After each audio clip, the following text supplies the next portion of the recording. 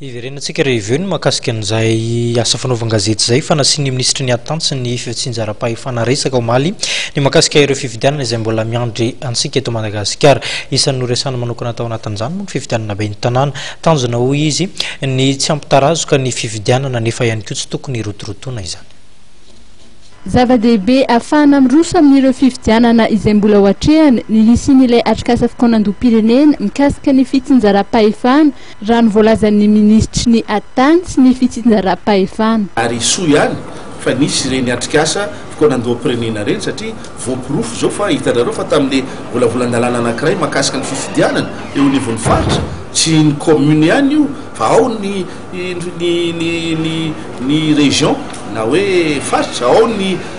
faritany hitantsika amin'izany fa zavatra nilaina kay iny fikonam-pirenena ary mba tianay mba ampitaina amin'ny vahoaka zany fa tena nilaina ireny volavolan-dalàna ireny ary nitanjona moa averiko foana araka ny tenen'ny prime ministre teo araka ny tenen'ny filoham-pirenena dia tsy ampitarazoka ny fifidianana zay ifandimby ny tadiavina fa hoe fananana voalohany lalàna maharitra ary io tsy lalàna anaovana kajikajy fa hoe fitondra zaho androany dia manao lalàna dia miova indray ny fitondràna dia anao lalàna vaovao fa natao malalaka mihitsy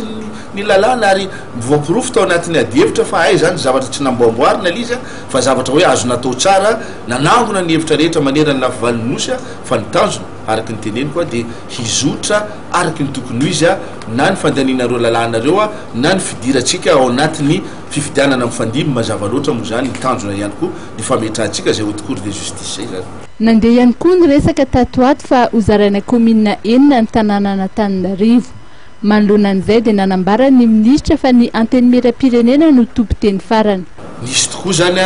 nanosokevitra mahakasika an'izay tao ny tsy dia namomba loatra an'izay zavatra zay. Io zany tiako tenena hoe ny hevitra terabary anjarany antenimera mahita hoe ina marina ny mahasolo vahoaka fa tsy nisy avy amin'ity amin'ny fanjakana foibe mpanatanteraka ny nanaovana hoe fanerena na hoe repozaika le hoe tsy maintsy zao na tsy maintsy zatsy fa natao malalaka ny adihevitra ka iny zany dia anjarany tsiraray araka ny hevitra zay